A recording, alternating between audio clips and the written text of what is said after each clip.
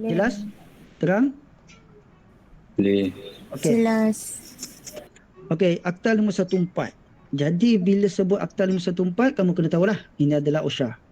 Dia pada tahun 1994. Kita panggil OSHA Act 1994, iaitu Akta 514. Okey. Satu lagi 1960, tak ingat lah. Tahun tu tak ingat pula. 13977 saya ingat. Ni 1994, Akta 1994 adalah OSHA 1994 ialah Akta 514. Tahun ni adalah tahun yang mana Akta tu wujud lah. Okey. Tak jauh pun. 1994. Tak lama sangat. Alright. Seterusnya. Tak bergerak pula. Okey. Dalam Akta 514, nanti saya share Akta 514 dalam author. Akta ni tebal ni. Memang Malaysia punya akta. Dia ada 15 part. Dia ada 15 parts, 67 sections and 3 schedules. 15 parts merangkumi segala benda lah. Dan juga section dan 3 schedules. Kita tengok satu persatu. Yang mana dalam slide ni adalah kesimpulan. Nak kata kesimpulan ataupun ringkasan lah. Ringkasan kepada Akta 514. Akta tu sendiri adalah panjang, tebal. Kamu boleh download saja daripada internet. Dia punya PDF file. Kalau tidak, saya akan share juga dalam author. Okay. Okay, dalam Akta 514, there also regulations under this 1994 Act. Alright, there will be OSH general policy statements, control and industrial major accident hazards, OSH classifications, right, and also OSH safety and health officer. Okay. Akta Act 1994 tu adalah ibu dia. Kemudian ada regulation yang incorporate dengan 1994 punya Act. Okay. Yang mana pada tahun 1995, 96, 97 ada regulation yang diwujudkan, ditambah baik di dalam Akta 514. Contohnya di sinilah yang paling kamu akan tahu nanti adalah tentang regulation 1997 OSH Safety and Health Officer. Ini adalah paling penting sekali. Okey, sebagai SHO. Okey, SHO ni kita panggil safety officer lah ataupun kalau bahasa Melayu apa? Pegawai keselamatan kesihatan. Pegawai kesihatan. Jadi kalau kamu kerja sebagai OSH officer ni, okey, terutama sekali yang lelaki tu, kamu kena betul-betul sebut pegawai keselamatan. Kadang-kadang kamu nak kahwin dengan anak dara ni, bapak tanya ni, kamu kerja apa ni nak? Saya kerja pegawai keselamatan, bapak. Oh, Pak Gad rupanya anak saya, bakal menantu saya ni Pak Gad. Jadi bila kamu sebut pegawai keselamatan tu, pengawal keselamatan tu, biar sebut betul-betul. Boleh? Jadi kat situ ada kekeliruan lah kat situ. Sebab safety ni, kalau bahasa Melayu keselamatan pun safety juga, betul? Betul. Satu lagi apa? Satu lagi bahasa Melayu dah apa? Ataupun bahasa Inggeris yang tukar. Keselamatan, safety. Satu lagi apa Allah, lupa lah. Safety, keselamatan.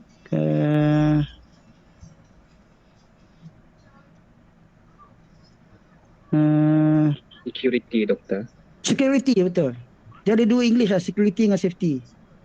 Okey, tapi bahasa Melayunya benda yang sama, betul? Keselamatan. Security ada lain bahasa Melayu? Tak ada kan? Tak ada. Keselamatan juga lah kan? So, pengawal keselamatan, security officer dengan safety officer tu nampak macam sama kan? Tapi berbeza. Right.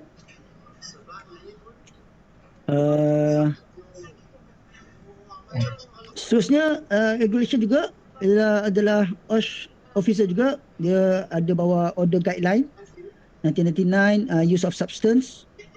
Okay, substance ni bahan sama ada pepejar ataupun cecair. Exposure of chemical hazard. Okay, tahun 2000 dikeluarkan. Tahun 2005 IAQ. Okay, OSH Indo Air Quality Code of Practice ni 2005. ini ada yang terkini lagi tentang IAQ ni. IAQ ni juga satu, dia letak di bawah Akta 514, dia bukan di bawah letak EQA Dia letak di bawah Akta 514. Yang mana tidak boleh kebakaran tidak boleh membuat pembakaran secara terbuka. Okey. Kecuali melibatkan keagamaan dan sebagainya lah. Ada beberapa guideline. Tengah nak azan ni, kita sambung balik. Kita pause kejap, kemudian kita sambung balik. Boleh? Boleh doktor. Kita pause solat sekarang. Solat terus Jadi kita tutup dulu. Saya akan bagi link yang baru. Nanti kita masuk balik dalam pukul 8, mungkin 8.35 kot. Okey. Pukul 8 8 doktor. Malam nanti ya doktor. 8 ke 4? 4.35. Okey.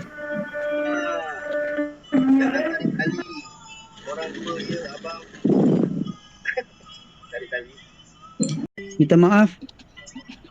Waalaikumsalam warahmatullahi Ada saya engage tadi, ada call daripada pengarah CC. Okey, boleh kita teruskan? Boleh doktor. Kita lajukan sikit. Alright. Laju pun kita fahamkan jugalah. Alright, dalam Akta 514 seperti mana saya maklumkan tadi pada awalnya, kita ada 15 parts, 15 parts. Ada berapa section? 15 parts? 67. 67 sections. Lepas tu ada berapa schedule? 3. Nasib baik ingat. Ke ada catat? Ke buat tak tahu je? Catat. Okay, alright. So kat sini adalah parts-parts dia lah, 15 part. Okay, dia start dengan preliminary, dia cerita lah sikit apa itu akta dan sebagainya, dia punya terminologi yang diguna pakai dalam akta ni. Okay, dalam part 1, part 2, bagaimana officer di appoint oleh Ministry of Human Resource, okay, National Council for OSH, okay, bawah Ministry of Human Resource, Kementerian Sumber Manusia KSM.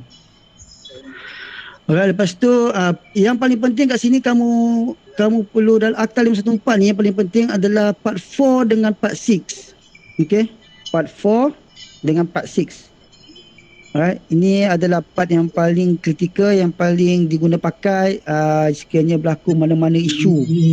Part 5 segelintir tetapi masih lagi guna. Part 4, part 5, part 6. Okey. General duties of employers and self-employed person, general duties of designers, manufacturers and suppliers. Okay, dan juga part 6 adalah general duties of employees. Itu part 7, city organisation. Alright, part 8, notification of accidents, dangerous. Okay, bila berlakunya kemalangan. Okay, prohibition against use of plant or substance. Okay, larangan gunakan plant. Apa itu plant, substance, nanti kita tengok. Industry code of practice, enforcement, investigation. Okay, bila ada akta, bila ada peraturan, okay, mesti ada enforcement lah. Liabilities for offences. Ini lagi kamu kena tahu ni. Part berapa ni? X11 maksudnya berapa? Boleh baca tak ni? 13. Ha? 13 ke 12? 12.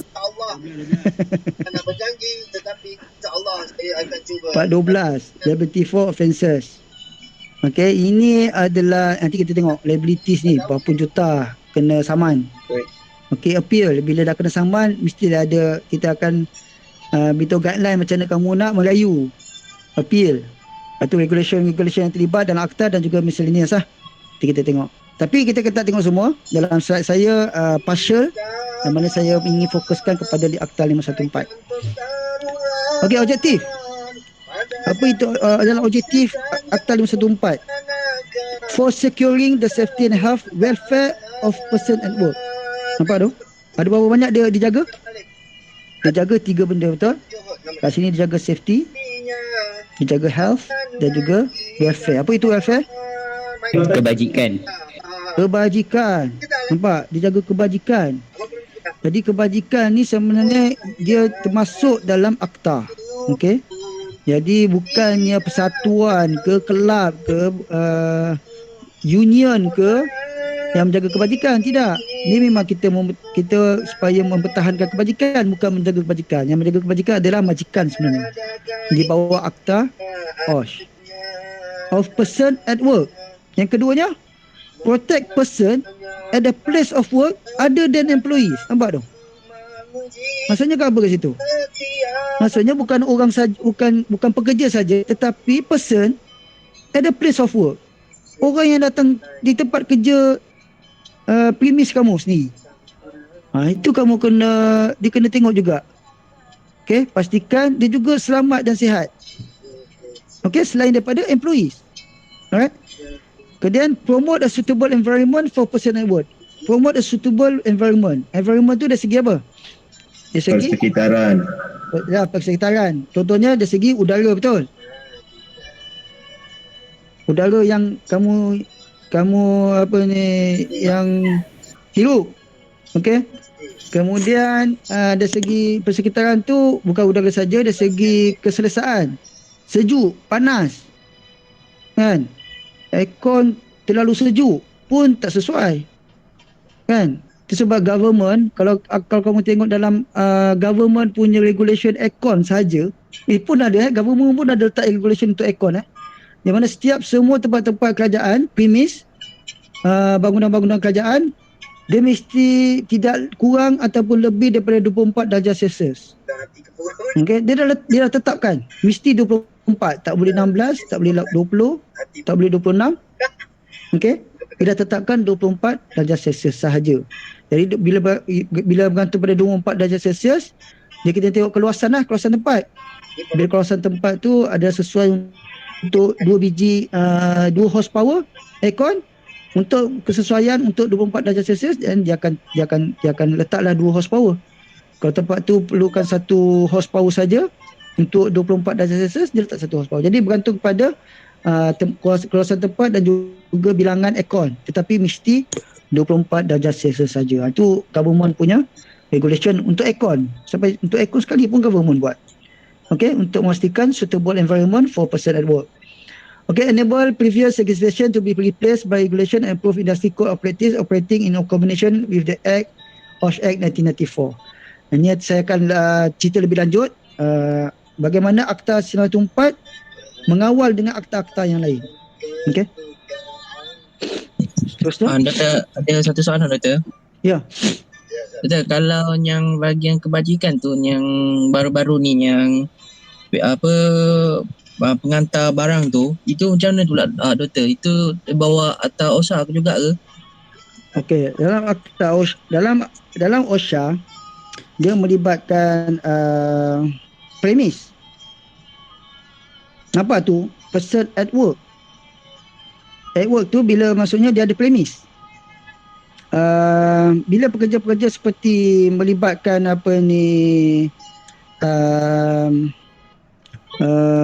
pekerja yang bukan di tempat kerja. Okey. Bekerja bukan tempat kerja, tapi dia kerja untuk menjalankan kerja dia, tapi bukan di tempat kerja dia. Okey, itu memang kita ada satu regulation nak kata di bawah Akta 514, saya rasa di bawah SOCSO. SOCSO di bawah Ministry of semua manusia, Ministry of Human Resource. Nanti kita tengok satu persatu lah. Okey, sebab dia ada 3 schedules tu. Salah satu schedule yang kita tengok adalah pekerjaan yang melibatkan bukan di bawah akta ni. Okey, nanti kita tengok. Okey, Doktor. Alright. Nanti saya masuk schedule tu nanti, baru kamu tahu. Okey, scope of act. Okey, Akta 514 ni scope dia ada 2. Dalam S1 tu adalah section 1 2. Okey. Section 1 2, this act shall apply throughout Malaysia. Nampak tu? Apply throughout Malaysia to the industry specified in the first schedule. First schedule tu itu apa? Nanti kita tunjukkan satu-satulah. Nanti saya tunjukkan. Jadi dia apply semua industri yang mana disenaraikan dalam schedule pertama, jadual pertama. Right. Industri apa? Kita tengok jadual pertama nantilah. Section 1.3, this act shall not apply for shall not. Okay. Dia apply pada semua tempat dalam jadual pertama tetapi tak apply kepada mana? Orang yang bekerja di atas kapal. Okay, di mana di atas kapal dia tidak termasuk dalam Act 1994. Okay, Act 514 di mana dia ada ordinance ni. Ordinance 1952 dengan ordinance 1960 Sabah Sarawak. Shipping ordinance dia ada akta dia sendiri dan juga dia tak apply kepada armed forces. Jadi siapa yang kerja askar ni, okey, kerja askar, kerja polis, dia tak termasuk dalam Akta 514. Jadi bila berlakunya kecederaan, kemalangan dalam premis, dia tak, Akta 514 tak apply. Okey, tidak apply. Sebab apa tak apply? Sebab askar ni dia bekerja pada masa yang sama dia pergi training. Kan? Training tu adalah kerja dia.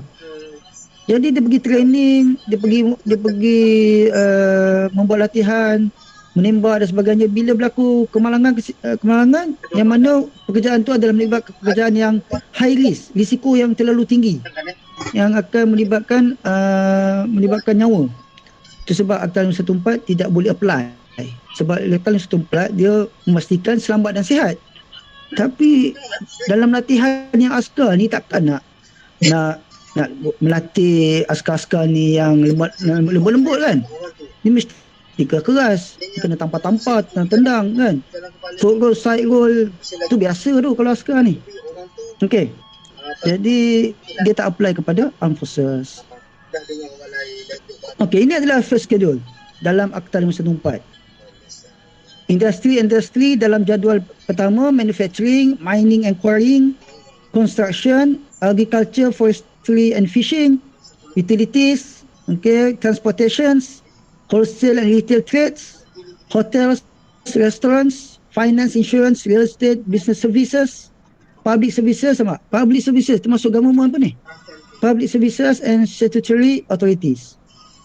Okay, last sekali tu adalah bahagian government lah. Statutory tu government lah. Okay, cuba senaraikan, cuba sebut satu pekerjaan yang tak ada dalam first schedule. Kecuali yang shipping dengan armed forces tu lah, yang mana memang tak apply pun. Tapi dia kata Akta 514 shall apply throughout Malaysia to the first schedule. Cuba sebut. Ada. Boleh sebut satu jenis pekerjaan yang tidak ada dalam senarai first schedule.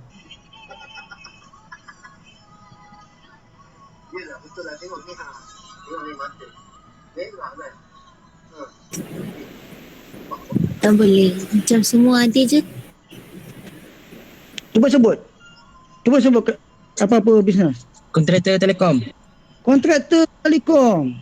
Ada tak telekom? Utilities. Utilities ada. Underwater welding. Underwater welding. Underwater welding tu dia masuk dalam ordinance shipping. Dia bekerja di bawah shipping. Tak termasuk. Lain? Jual nasi lemak.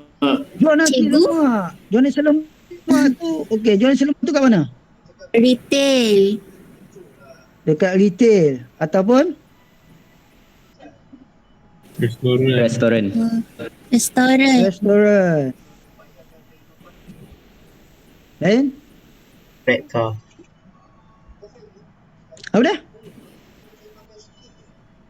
Tok Bilal. Tak bila. Grab. Public services. Cuci kereta. Car wash. Car wash. Retail. Servis. Kan? Servis. Business services tu. Apa ada business services ni? Pemandu lori. Pemandu lori. Dia sebagai apa? Transportation. Transport. Pilot. So, Tok Kadim. apa dia? Tokadi. Public services lah. Public statutory authorities. Influencer. Tak tahu. Apa dia? Influencer. Kemuding. Tak dengar apa dia? Artis. Artis dia bayar sok-sok tak? Dia bayar EPF dengan sok-sok tak artis ni? Bayar. Bayar cukai. Bayar. Bayar zakat. Bayar lembaga hasil dalam negeri.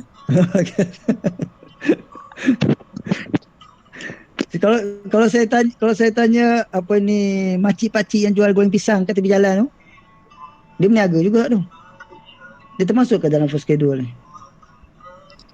Tak. Tak. Oh tak? Dia tak masuk. Kalau dia ada buka akaun bisnes macam tu masuk lah ke? Tak semestinya. Apa saya katakan tadi, kalau first kali apa dia? Dalam Akta 514, dia mesti mengawal, menjaga apa? Menjaga apa ni? Safety? Premis. Premis. Kedai bisa tepi jalan tu premis mana dia ambil tu? Premis mana dia ambil? Suka hati dia je tempat dia kata. Ya, subcon. Dia bayar tapak. Bayar tapak tu sebenarnya tak boleh. Tak boleh. Meniaga di tepi jalan memang tidak dibenarkan langsung sebenarnya.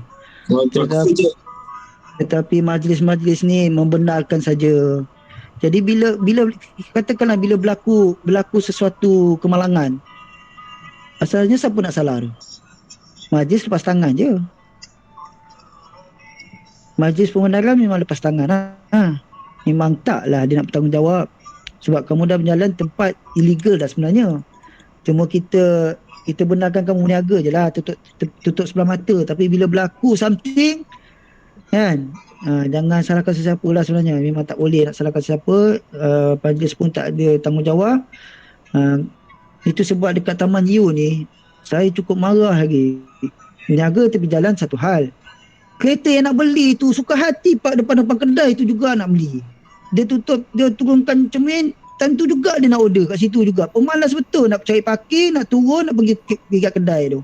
Menyusahkan orang nak lalu dalam. Betul. Ini yang nak marah ni. Betul. Saya kalau saya sebab saya duduk Taman U kan. Sabar. Sabar. Benda boleh buat bincang je. Kamu nak buat bincang macam mana? Kadang-kadang kita nak salahkan orang niaga, tetapi orang yang membeli pun sengal juga. Kan? Kereta parking tak apa, ada doktor. parking kosong, tak nak parking. Tak apa doktor, dia parking tapi bagi signal tak apa. Ni parking tak bagi signal.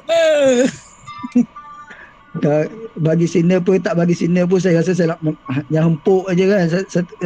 Driver tu nak order depan tu. Lepas tu lagi-lagi motor kan, dengan exhaust dia, kamu dah berhenti depan kedai orang jual kuih, jual mihun. Asap-asap tu dah tentu jatuh dekat makanan yang kita nak beli, nak makan. Memang tak guna otak betul lah. Kadang nak marah juga lah. Okey lah, kita teruskan marah sampai ke sudah, kita dah dekat maghrib dah. Pukul 5 dah. Okey. Seterusnya adalah interpretation. Okey, interpretation dalam section 3. Practicable means practicable having regards to the severity of the hazard and risk. Okay, kita tak sentuh lagi hazard and risk tu apa tapi tak apa, nanti kita sentuh balik. Severity of the hazard or risk, knowledge about the hazard or risk and any way of removing of mitigation the hazard or risk. Kita kena tahu the severity, okay, dia punya tahap rendah atau tinggi hazard ataupun risiko. Kita kena ada knowledge, okay, and any way of removing or mitigation the hazard or risk. Ini kamu kena tahu tentang HIRAC. Saya sebutkan tadi awal-awal lagi. HIRAC, HIRARC itu hazard identification, risk assessment dengan risk control. HIRA dengan RIC kamu kena tahu. Kita sebut HIRAC.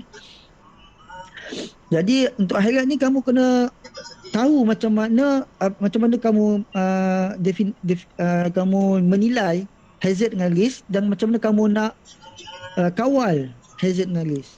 Okey. Contoh paku di lantai di tengah jalan. Itu apa kita panggil? Hazard. Risk. Hazard. Paku di tengah jalan adalah hazard. Risk tu apa sebenarnya? Risiko yang bawa pada hazard. Risiko. Bukan risiko. Risiko yang bawa kepada kecederaan. Kemalangan. Kalau kamu terpijak paku, risiko dia sama ada tinggi, sederhana ataupun rendah. Betul? Betul. Tengoklah paku mana. Kalau paku kecil, risiko dia mungkin kecil lah. Paku besar, kan? Risiko dia mungkin sederhana ataupun tinggi. Kalau lagi paku berkarat, lagi risiko dia lebih tinggi. Kan? Bila paku berkarat ni sangat-sangat bahayalah. Kamu kena pasti. Kamu tahu bila terkena apa-apa benda berkarat, kamu jangan ambil mudah. Jangan ambil mudah. Bila terkena benda-benda berkarat ni, cepat-cepat pergi injection dekat klinik. Okey.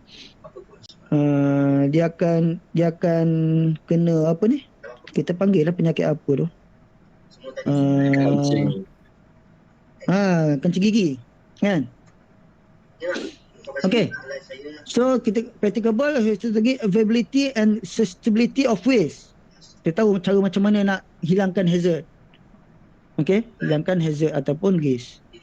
Cost. Cost ni sangat-sangat penting.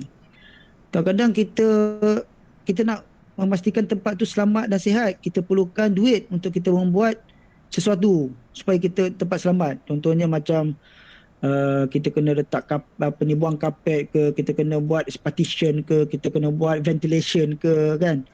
Ventilation untuk apa ni, ruang-ruang yang sempit dan sebagainya. Melibatkan kos. Tetapi kadang-kadang management tak faham, kan, kenapa nak banyak sangat kos. Tetapi dia tak tahu bila berlaku kemalangan berapa juta habis. Kamu hanya keluarkan duit RM1,000 mungkin untuk beli ventilation fan, tetapi bila tak bagi, kemalangan berlaku, kena bayar RM10,000, kan. Kadang-kadang itulah dia. Management tak faham macam mana kita nak bagi melibatkan keselamatan kesihatan itulah. Okey. Baik.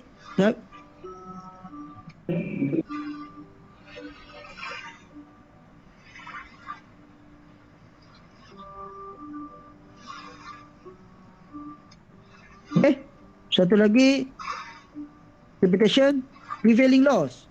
Prevailing laws. Apa maksud prevailing laws? Dia ada section 2 dengan 1 dengan section 22. Provisions of the act are additional to other laws relating to safety and health. Akta 514 adalah satu akta tambahan kepada akta-akta yang lain yang relating to safety and health. Relating to safety and health. Bila akta lain melibatkan safety and health, dia akan rujuk pada akta 514. Lain tak ada. Okey, akta 514. Dan juga section 22, if there is any conflict or inconsistency between this act and its regulations and any other written law related to OSH, the provisions of this act and its regulations shall prevail. Apa maksud shall prevail? Maksudnya dia guna pakai terus lah. Okey. Ada konflik ke, ada inconsistency, kalau akta-akta mana yang bercanggah dengan apa-apa law yang berkenaan dengan OSH, okey, dia mesti rujuk balik pada akta 514. Tak ada akta lain yang mereka kena rujuk. Jadi itulah saya katakan akta 514 adalah akta ibu, mother of law on OSH. Interpretation. Okey, itu kata premise. Premises include any land, building or part of any building, any vehicle, vessel or aircraft, any installation on land, offshore installation or other installation, whether on the bed or floating on any water, any tent or movable structure. Sebut premise. Bila place of work, premises tu lah, where person work or premises used for the storage of plant or substance. Okay. premises where person at work. Person bekerja kat premises, tetapi premises itu juga kita wujudkan ada store, betul? Ada store-store. Itu pun yang kita menjaga kepada pelan, kita menjaga kepada substance. Okey, bukan hanya kita menjaga kepada sihat dan selamat kepada orang, kita juga kena memastikan bahawa pelan dengan substance yang kita gunakan juga selamat. Okey, occupier, person who has the management or control of the place of work. Ini lebih kepada manager level lah. Okay, manager level yang ada control dengan management kepada tempat kerja. Self-employed person, individual who works for gain or reward otherwise than other or contract of employment. Self-employed person ni berbeza dengan employer. Okay, self-employed person ni orang yang bekerja sendiri lah. Betul? Orang yang buka company sendiri. Okay. Dengan employer dia ada company besar kan, ada ramai yang bekerja di bawah dia. Apa itu substance? Any natural or artificial substance, whether in solid or liquid, form in the form of gas or vapor or any combination of them. Itu substance lah. Interpretation dalam Akta 514 ni ada jadi kamu kena faham apa itu substance. Dia solid or liquid, ataupun gas, vapor, ataupun combination. Plant, machinery, equipment, appliances, okay, tools, any associate with that lah. Okay, philosophy of the guiding principles.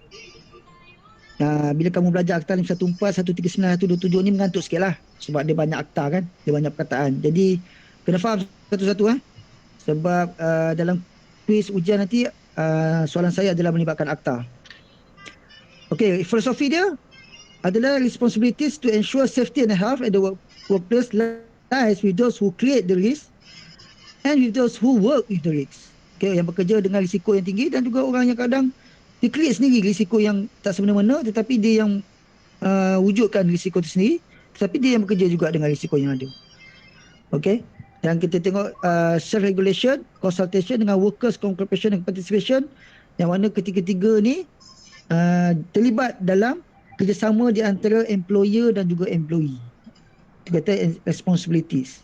Okay, responsibilities. Okay, itu saya kata-kata general duties of employers. Ini part berapa? Saya sebut dah tadi, awal-awal lagi. Ni part berapa ni?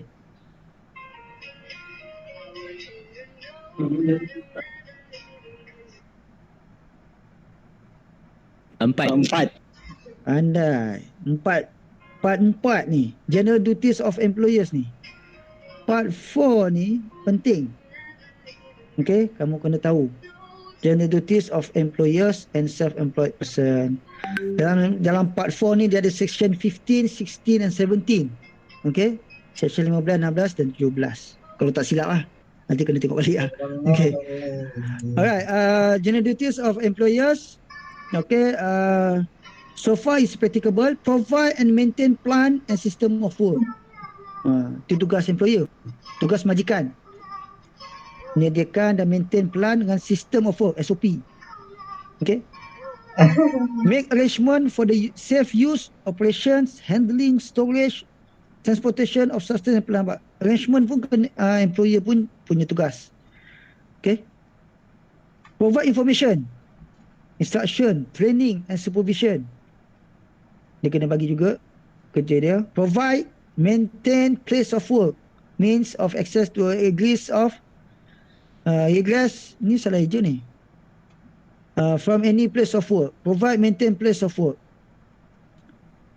Place of work. Ni information, place of work. Provide, maintain working environment that is safe and without health risk and adequate welfare facilities. Okay.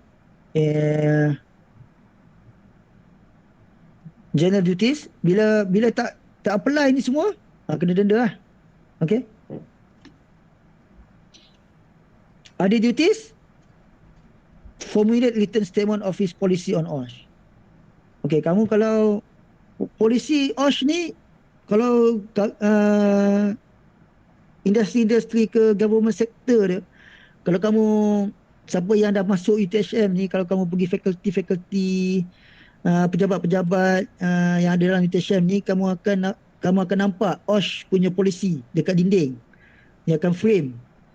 Dia ada polisi statement digantung dekat dinding. Yang ditandatangani lain tak bukan mesti CEO of the company ataupun kalau universiti dia nak transfer lah, number one person dekat company, number one person dekat dengan dekat office. Jadi kat sini itu sebab dia adalah duties dia, tugas dia untuk pastikan ada written statement, pastikan dia promote safety and health lah dekat workplace. Conduct undertaking suspension not to affect other person, not his employees. Okay.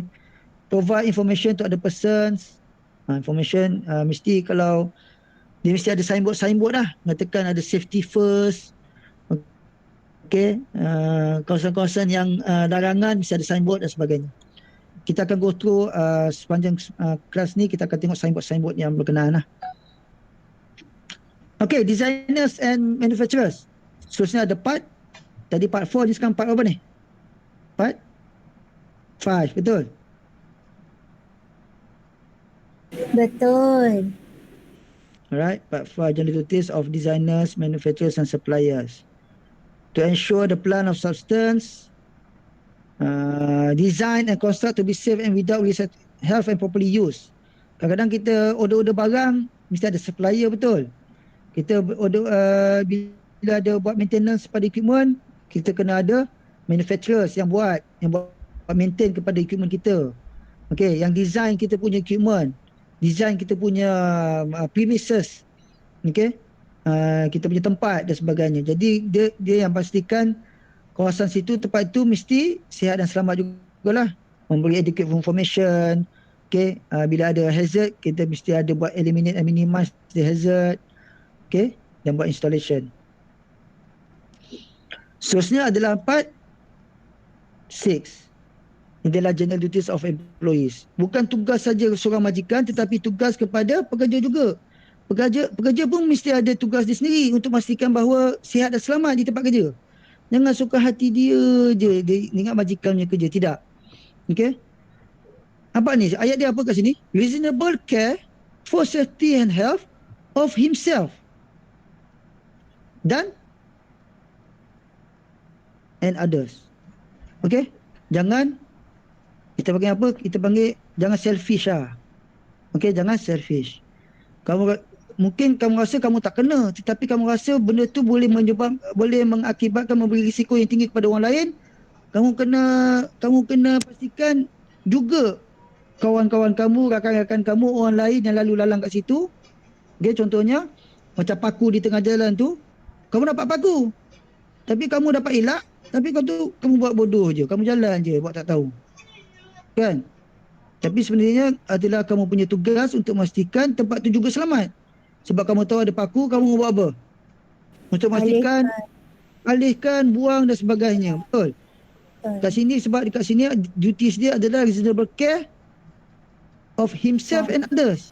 Kamu kena pastikan rakan-rakan yang orang lain juga yang lalu kat situ sihat dan selamat. Okey, bukan majikan saja yang nak pastikan, kamu sendiri sebagai pekerja juga kena pastikan. Cooperate with employer and others. Ini termasuk dalam meeting. Okey, dalam OSH dia ada OSH meeting. Okey, OSH meeting dia ada ahli-ahli dia lah, termasuk employee. Jadi mesti bekerjasama dengan employer, majikan. Wear, use and PPE. Bila perlunya memakai PPE. Okey, personal protective equipment. Contohnya apa PPE ni? Helmet. COVID. Apa? Untuk COVID. Yalah, dia punya bunny suit kan, face mask kan, shield, shoes, safety boot, Sarung tangan. gloves kan, goggles kan, earbuds, okey, harness, self harness dan sebagainya. Jadi benda tu bukannya kamu pakai selalu, tetapi kawasan tu perlukan kamu pakai helmet, kamu pakailah. Benda-benda yang perlu kamu pakai safety boot, pakai safety boot. Okey. Mana yang diperlukan dalam premis masing-masing lah. Dan comply with instruction on OSH. Kamu kena comply lah instruction. Kalau dia dah ada polisi OSH tu, kamu kena ikut. Jangan buat tak tahu. Dan dia tak boleh, safety and health ni juga kamu jangan guna peralatan-peralatan contohnya macam spanner. Spana untuk, contohlah spana lah kan. Spana bukan untuk kamu ketuk. Kalau kamu ketuk guna apa? Pengetuk lah kan. Guna hammer. Betul. Guna tukul. Bukan guna spana. Jadi bila misuse of tools untuk kegunaan lain, itu pun kamu boleh disabitkan kesalahan di bawah OSH. Sebab kamu menyalahgunakan tools yang tidak sama dengan kegunaan dia. Interfere ataupun charge ataupun discriminate. Jadi employer not to interfere or misuse with anything provided for the interest of safety and health. Ini dia. Misuse. Baru saya cakap tadi, misuse of tools tadi lah. Spana dengan tukul tu. Kan? Spana dengan hammer. Employer trade union not to levy on employees due to any action done in pursuance of this act. Nampak tu? Walaupun kamu sekarang ni disabitkan kesalahan di bawah Akta 514, tetapi konon-konon kamu ada persatuan yang belakang kamu, union lah kan, persatuan pekerja, konon kuat sangat, tetapi bila melibatkan OSH tak ada kompromi dia tak ada compromise on safety, dia tak ada compromise, tak ada kompromi dalam safety. Macam mana sekalipun union nak bertahankan kamu betul bila kamu tahu itu adalah kesalahan kamu, memang kamu kenalah. Okay, employer ni not to discriminate, okay, any employee. Kena make compliant, a member of safety and health committee, dan juga exercise of his function to make the member of the committee of the OSH.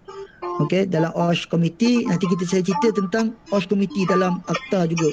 Regulation OSH, OSH officer Okay, kita masuk pada OSH providers. Ini tak ada dalam akta 514, ada juga lah, disebutlah sikit. Okay, di mana national level kita ada DPH, DOSH, NIOSH, SOCSO. Okay, yang provide OSH ni adalah maksudnya dia yang membantu OSH dalam segala aspek lah. Okay, contohnya kalau macam DOSH ni di bawah Ministry of Human Resource, DPH di bawah Ministry of Health. Okay, NIOSH ni sebenarnya dia adalah NGO NGO, tetapi dia bekerja rapat dengan DOSH. Okay, SOCSO, universities, okay, state level dia ada health department, okay, klinik kesihatan. DOSH memang setiap state ada, okay. Di state level kita ada hospital, okay, KK, kita klinik, OD, saya dah sebut dah OD, okay, occupational doctor, tugas-tugas dia. Enterprise level employers, okay, OD juga, OHD. Non-government union, dia yang kuat-kuasakan OSH jugalah, membantu sama-sama. Ini adalah professional organisation, ini adalah association yang terlibat dalam OSH juga. Dia ada provide professional certificate, training, okay, dan sebagainya. Okay, ini cerita sikit pasal Ministry of Health. Ministry of Health, they have no legislation power under the OSHA 1984. OSHA 1984 dia bawah Ministry of Human Resource, bukan Ministry of Health. Dia tak ada kuasa bawah OSHA 1984. Human Resource dia ada NCOSH, okay, National Council, ada dalam Akta 514, DOSH, NIOSH, SOCSO. NCOSH, ada cerita pasal NCOSH, tak apalah saya tak nak detail tentang NCOSH dengan DOSH. DOSH kena tahu, sebab bila kamu jadi OSH officer, kamu dah ada train sebagai OSH officer di NIOSH ke ataupun mana-mana train khusus yang kamu ambil, dan kamu ambil exam, kamu lulus, kamu mesti register di bawah DOSH, supaya DOSH tahu bahawa ada orang yang competence dalam OSH officer. Alright. So DOSH ni kamu kena tahu sebab dia berdaftar di bawah Human Resource. Jadi bila berlaku anything happen, kalau kamu bekerja di satu tempat, kamu dilantik sebagai OSH officer di bawah company masing-masing, jadi DOSH dapat tahulah kamu adalah DOSH OSH officer yang registered. Kita panggil dia registered OSH officer di bawah DOSH. Kamu akan ada nombor register lah. Okay. Okay, responsible for safety, health, welfare, lepas tu protection of other people from hazard to safety and health arising from the activity of person at work. Kan, safety, health, welfare, protect other people. Bukan orang yang bekerja saja, other people juga. Saya tekankan kat situ juga. Major activity DOSH ni, dia akan wujudkan akta-akta ni lah. Relevant legislation, peraturan-peraturan code of practice, guidelines, melibatkan OSH. Enforcement. Enforcement yang sedap ni. Dia DOSH ni, dia akan suka hati je datang bila-bila masa tanpa diarah, tanpa dijemput dan sebagainya. Okay. DOSH officer ni, dia akan masuk saja, dia akan tengok. Kalau tak comply, habis. Tak comply, dia punya OSH punya akta je, dia akan saman. Jadi berhati-hatilah tiba-tiba bila DOSH masuk ni, itu sebab company besar-besar dia ada pagat ke depan. Kan? Dia tahan dulu, pagat tahan dulu apa-apa, dia pastikan dia orang biasa ke orang mana-mana pun, kan? Dia kena maklumkan kepada majikan. Okey, dia kena bagi masuk juga, tapi dia akan delay kan lah. Dia akan delay kan. Cuba tahan lambat sikit. Dia akan tahan lambat sikit kan, sampai berpeluh lah. Dia kasih makan ke apa dulu kan. Lepas tu baru dia kasih masuk. Tetapi macam mana pun dia tak boleh tak bagi masuk. Dia mesti bagi masuk. Okey, pada masa sama dia kena promote consciousness lah. Promotion ni sampai ke sudah lah. Government habis berjuta-juta untuk awareness. Awareness untuk safety and health tu satu hal. Awareness tentang merokok pun. Merokok pun juta-juta. Rokok tu tak bagus lah, tak sihat lah. Kan? Signboard keliling satu Malaysia. Tapi orang isap rokok juga. Betul. Tapi kalau promotion ni memang tak sudah. Awareness ni memang benda tak sudah. Bila start daripada akar umbi pun dah salah, sampai ke dah tua pun dah tak boleh nak buat apa lah. Okey. Okey, NIOSH. NIOSH ada kat NIOSH ni ada banyak tempat dah. KL ada, Bangi ada, Johor, JB ada, Penang ada, Terengganu ada, Sabah Sarawak ada. Okey. Kalau kamu berminat dalam OSH punya environment, OSH punya pekerjaan ni, kamu pergi lah buka NIOSH punya website. Dia ada banyak kursus-kursus tentang NIOSH. Dia ada termasuk berapa hari, dia ada beritahu berapa hari, bila tarikh dia, berapa ribu ringgit kena bayar. Kamu cubalah involve. Okay. Sebagai added value untuk kamu selepas kamu degree nanti, insyaAllah. Okay, NIOSH pun function teaching, research, consultancy. Okay. SOCSO. SOCSO ni bila bekerja ni dia mesti bayar dua benda lah, EPF dengan SOCSO. Okay. EPF untuk lebih kepada kamu punya pension. Bila kamu dah tua, itulah pension kan. Tapi SOCSO ni lebih kepada kamu punya safety and health lah, untuk bayar hospital dan sebagainya. Reporting of accidents. Sikit lagi 5.5 dah. Sikit lagi. Reporting of accident dan juga accuracy occupation. Okay. Jadi apa-apa accidents, employer mesti report to the nearest OSH officers of accidents. Okay. Any occurrence or occupation positioning mesti report lah. Kan. Walaupun kecil.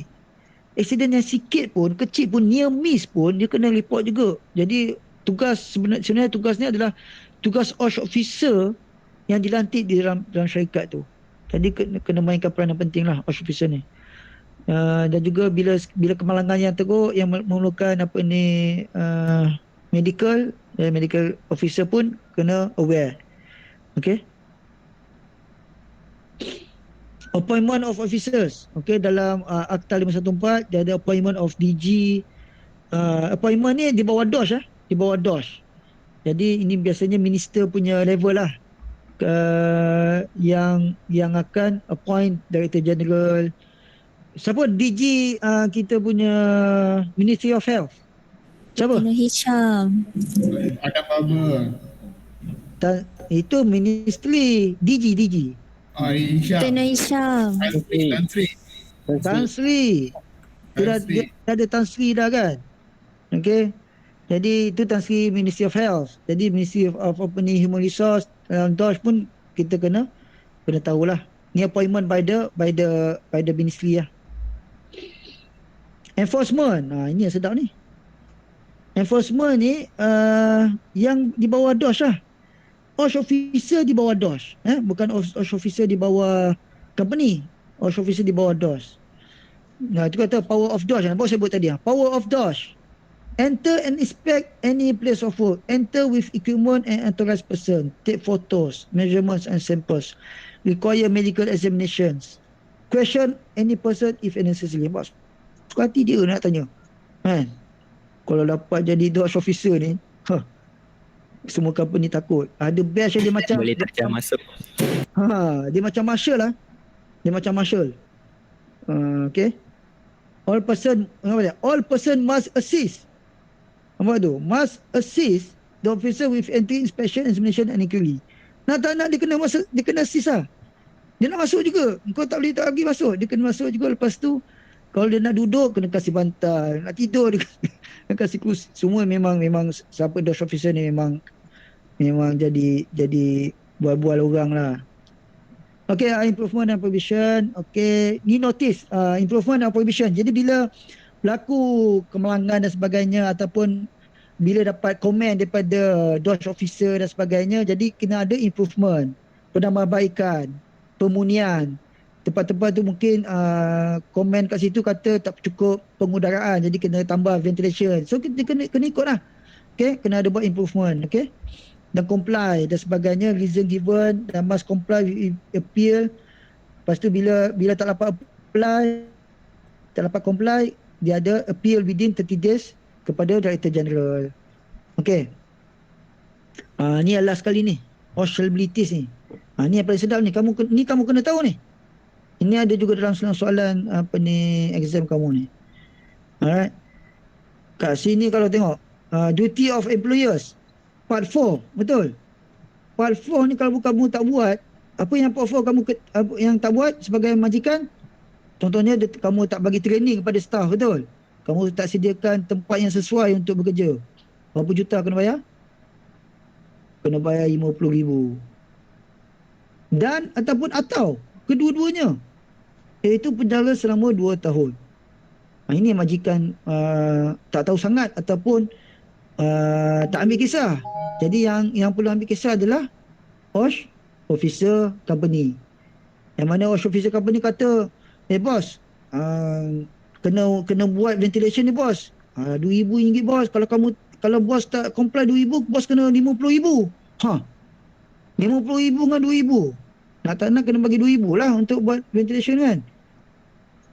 Kadang-kadang OSH Officer tu pandai juga. Dia hello kat Dosh. Dosh, datanglah kejap kat company aku ni, dia degil lah. Majikan aku ni degil lah. Dia tak nak bagi RM2,000 untuk buat ventilation. Dosh pun datang. Apa lagi kan. Jadi OSH Officer ni kadang-kadang dia adalah di antara majikan dengan juga Dosh tau. Sebab dia berdaftar di bawah Dosh. Kan? Nak tak nak OSH Officer ni dia berdaftar di bawah Dosh, pada masa sama dia bekerja di bawah majikan. Jadi kamu kena faham lah, kamu bekerja untuk memastikan orang sihat dan selamat. Jadi bila nak pastikan orang sihat dan selamat ni, takkan kamu nak majikan tak nak bagi RM2,000 untuk buat ventilation, kamu tengok kesian pekerja-pekerja yang kerja kat tempat tu berpanas ke, abuk ke dan sebagainya. Sanggup ke? Mesti tak sanggup kan?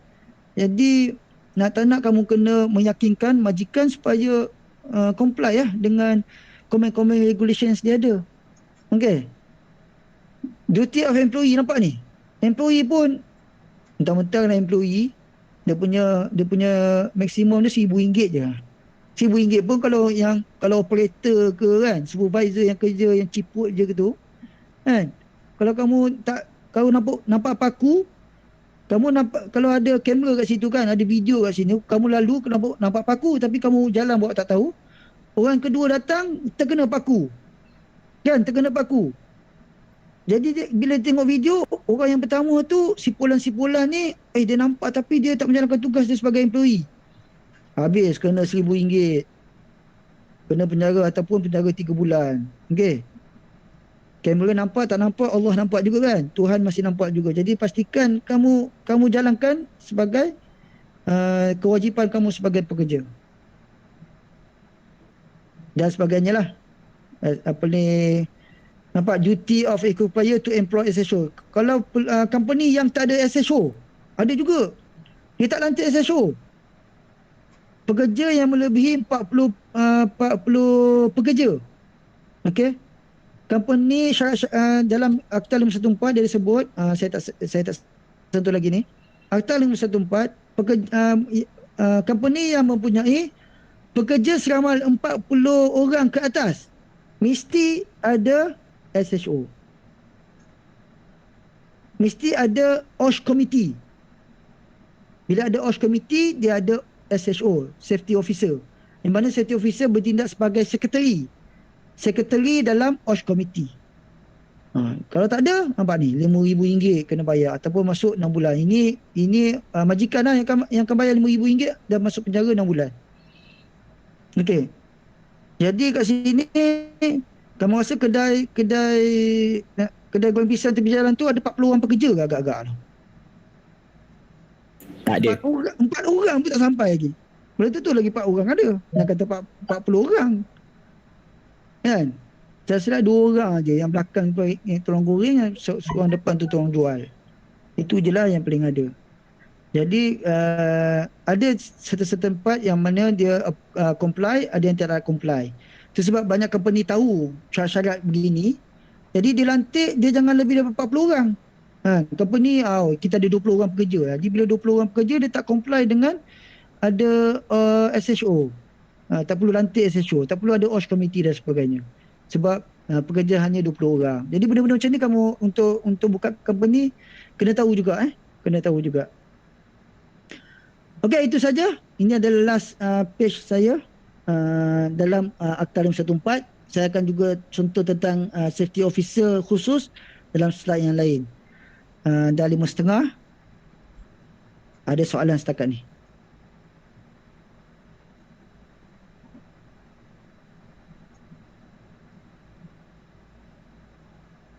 Setakat ni tak ada. Siapa yang tak ada soalan turun tangan. Oh, semua tak ada soalan? Okeylah, senang sikit lah. Tak ada soalan turun tangan, semua tak ada soalan. Oh, ada seorang. Siapa ni? Haziq. Mana Haziq?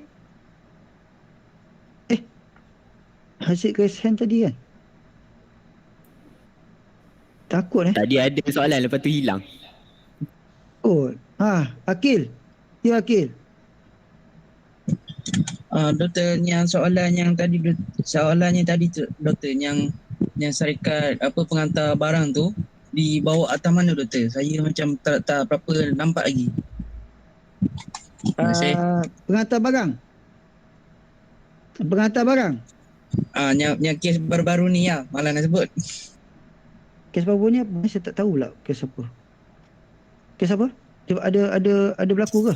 Yang JNT baling-baling barang tu, doktor. Kes JNT. TNT paling barang dalam kedai ke, dalam lori ke, dalam tepi jalan ke apa? Dalam Waktu kedai tempat pemunggahan parcel dia. barang tu. Dekat warehouse dia. Dekat dia pemunggahan barang. Dekat dia punya warehouse. Dekat warehouse dia lah kan? Okey. So, diorang buat mogok and then customer punya parcel tu di baling-baling lah. Jahanam lah pasal-pasal tu. Ya. Kemudian Kemudian kamu tanya pekerja tu dibawa Akta 514 ke tidak? mungkin Tu macam mana? Sebab apa yang saya Soalan ni? tahu, yang dalam berita tu kata dia kena pergi pejabat buruh. Tapi sedangkan kan itu berkaitan macam, saya fikir mungkin berkaitan dengan OSHA ke macam mana. Ini cerita ke soalan? Ni apa soalan saya tadi lah. Sebab kalau dalam berita tu dikata kena pergi pejabat buruh. Okey, pejabat buruh untuk apa? Ya, untuk macam buat aduan lah.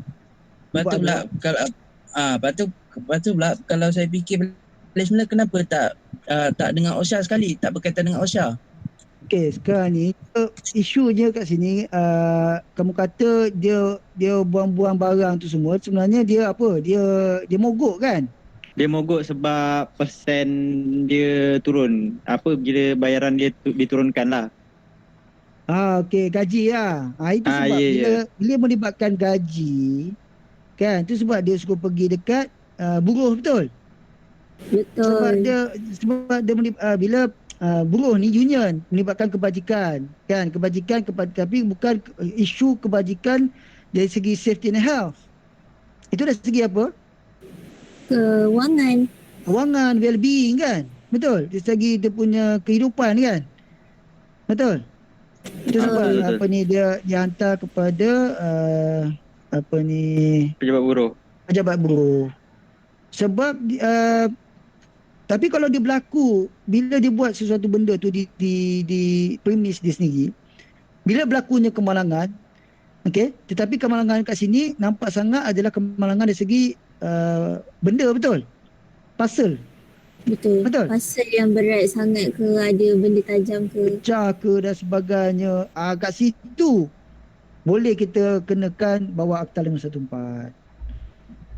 Okey. Sebab 514 bukan sahaja kepada orang tetapi kepada peralatan, environment dan sebagainya. Tetapi JNT tu dia kena kamu kena tengok dia buat dia berlaku kat mana? Kat warehouse tu pula berapa orang bekerja kat situ? Kemudian kena tengok dia punya OSH polisi. Apa yang dia promote kat situ? Kena tengok juga dia punya SOP dia. Apa kita panggil standard of procedure ataupun work operation dia. Bagaimana? Banyak cerita. Termasuk juga ke akta-akta berkaitan. Itulah kalau akta berkaitan, kalau akta yang berkaitan, kalau FMA memang tidaklah, dia tak ada mesin-mesin yang terlibat. EQA dia tak ada juga yang terlibat sangat dalam apa ni environment, lebih kepada asap dan sebagainya. EQA tu. Kemudian akta-akta yang lain, akta syarikat lah. Kaya pun SSM.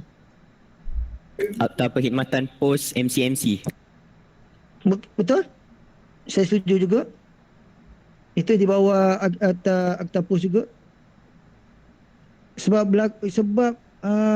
JNT ni dia bukan satu saja kan, dia macam-macam ada kan yang lain. Apa? Ninja Van lah. Pos Kan? laju. Pos laju dengan pos express tu memang Malaysia punya lah. Tak payah cakap lah itu. Nak kata government pun susah juga sebab kadang-kadang ada yang tak ada pencen tau.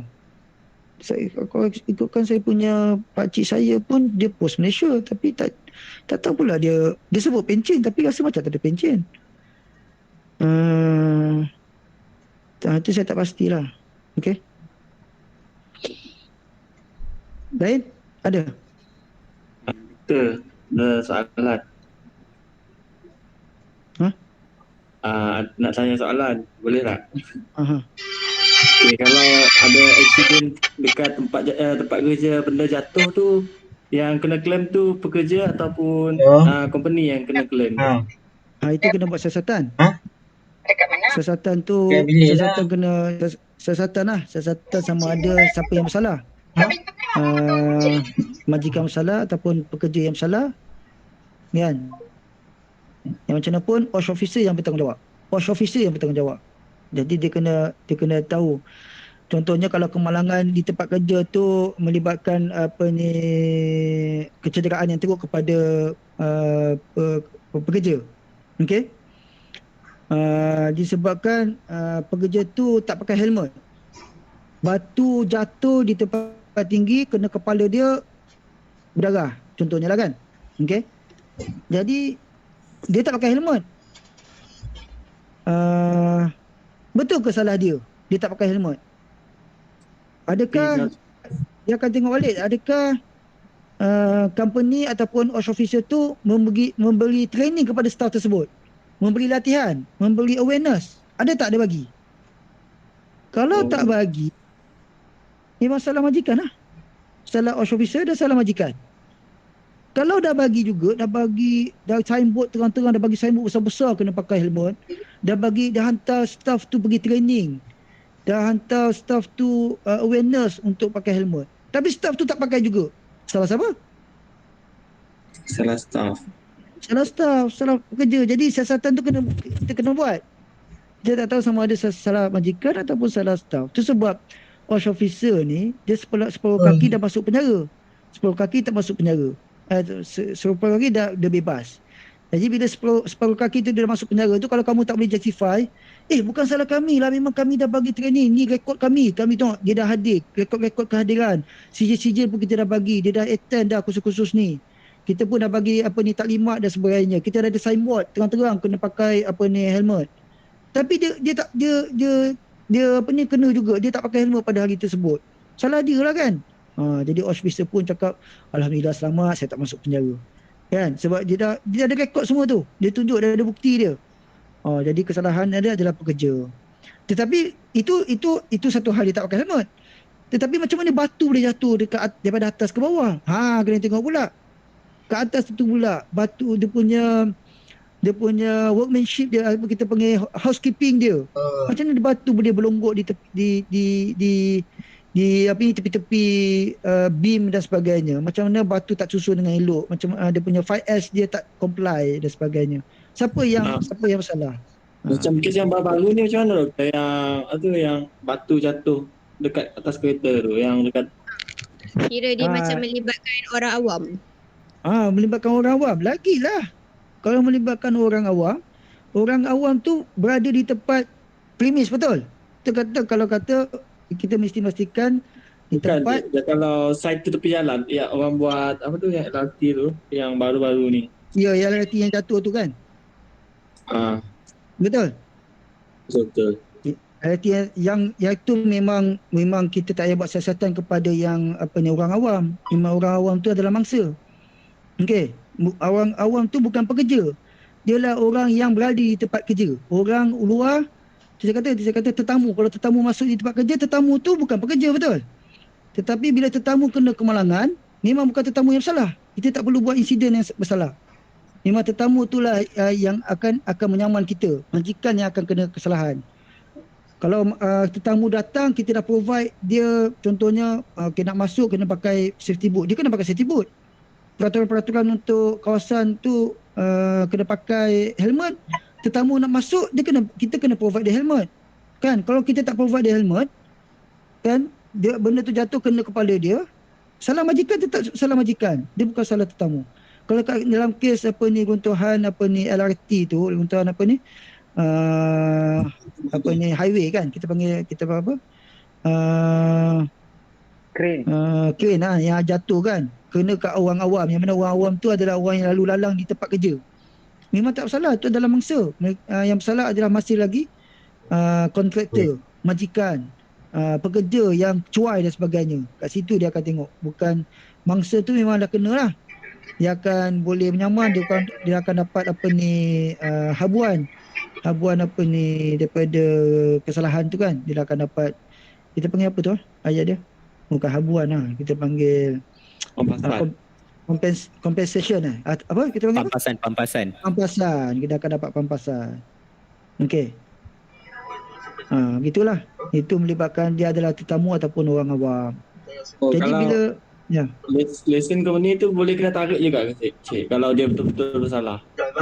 Tengok siasatan sejauh mana. Siasatan yang melibatkan memang kecuaian tu serius sehingga kan boleh ditarik balik lesen.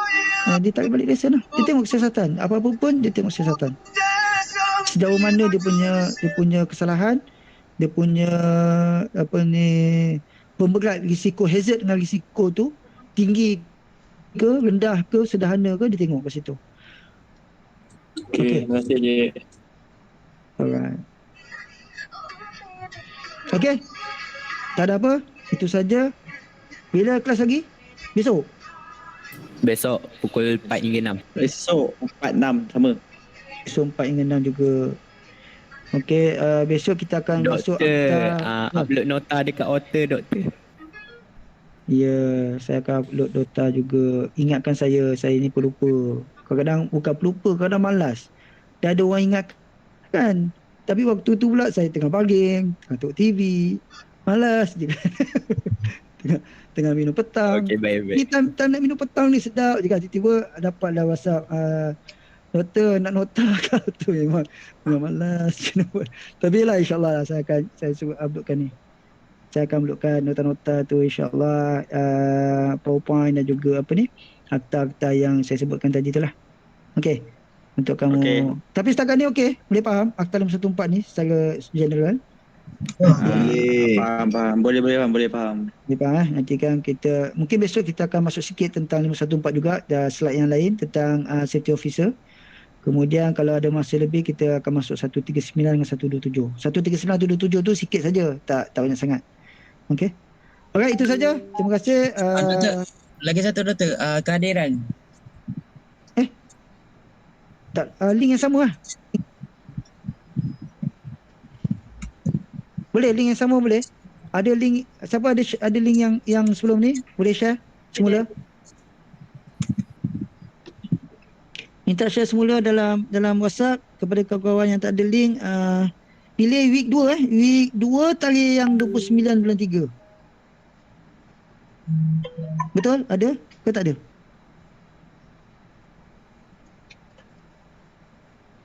Tengah cari link. Tu ada kawan tu bagi. Siapa? Razlan, Amnan, Ada.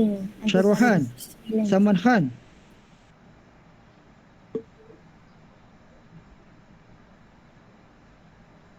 Ada? Ada. Okey, ada. So jangan lupa ambil kehadiran masing-masing ya. Boleh? Boleh. Terima kasih. Alhamdulillah lagi 10 minit pun 6 kita ya. Terima kasih doktor. Terima kasih Okey, kita lagi kita kata Terima kasih doktor. Terima kasih doktor. Terima kasih doktor. Terima kasih doktor. Terima kasih doktor.